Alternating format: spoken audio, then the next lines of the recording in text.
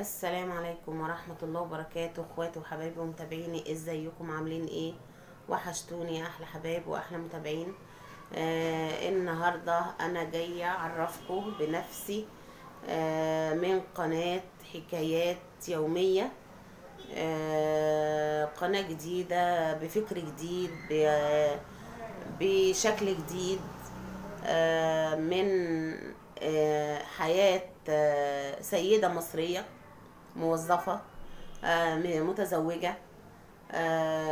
عندي من الأولاد 4. ما شاء الله، يعني معايا 3 بنات وولد. بس ابني توفى الله يرحمه. أنا جاية أعرفكم بنفسي. أنا اسمي سعاد سعد، موظفة في الفرنساوي في القصر العيني من القاهرة، من منطقة الشربية. ده أول فيديو ليا على القناة. أنا حابة مجال اليوتيوب وعايزة أشتغل في اليوتيوب، ونفسي الحياة تتغير معايا، ونفسي الدنيا تضحك لي شوية، لأن الدنيا مدياني ظهرها خالص. وماشية معايا بالعكس، وماشية مش مظبوطة خالص برضو. فقلت ايه، اعمل قناة على اليوتيوب زي الناس كلها ما بتعمل. انا بشوف ناس على اليوتيوب بسم الله ما شاء الله، ومعظمهم من الارياف والفلاحين. ناس محترمة جدا، ناس محتواها حلو قوي. اللي روتين بقى، واللي طبخ، واللي بتطلع تقول افيهات حلوة كده. فانا بصراحة ربنا قلت ايه، حاجة جنب الوظيفة، اعمل قناة. وربنا كرمني، وربنا يخلي ولادي. طبعا انا معايا بنت متجوزة ومعاها ولدين، ربنا يحفظهم لها. مدوخينها والله يا جماعة، وطالعين مطلعين عينها. دعواتكم ليها، ربنا يقويها، وهي كمان مدرسة. ف ربنا كرمني، و البنات عملوا لي القناة. وقلت ابدأ، وده كان اول فيديو ليا على القناة. بالله عليكم دعواتكم ليا، لان الدنيا وحشة معايا جدا، الدنيا مدياني ظهرها بجد. انا مش عارفة اتكلم، لان انا زعلانة جدا النهاردة ومتضايقة، وصعبان عليا نفسي،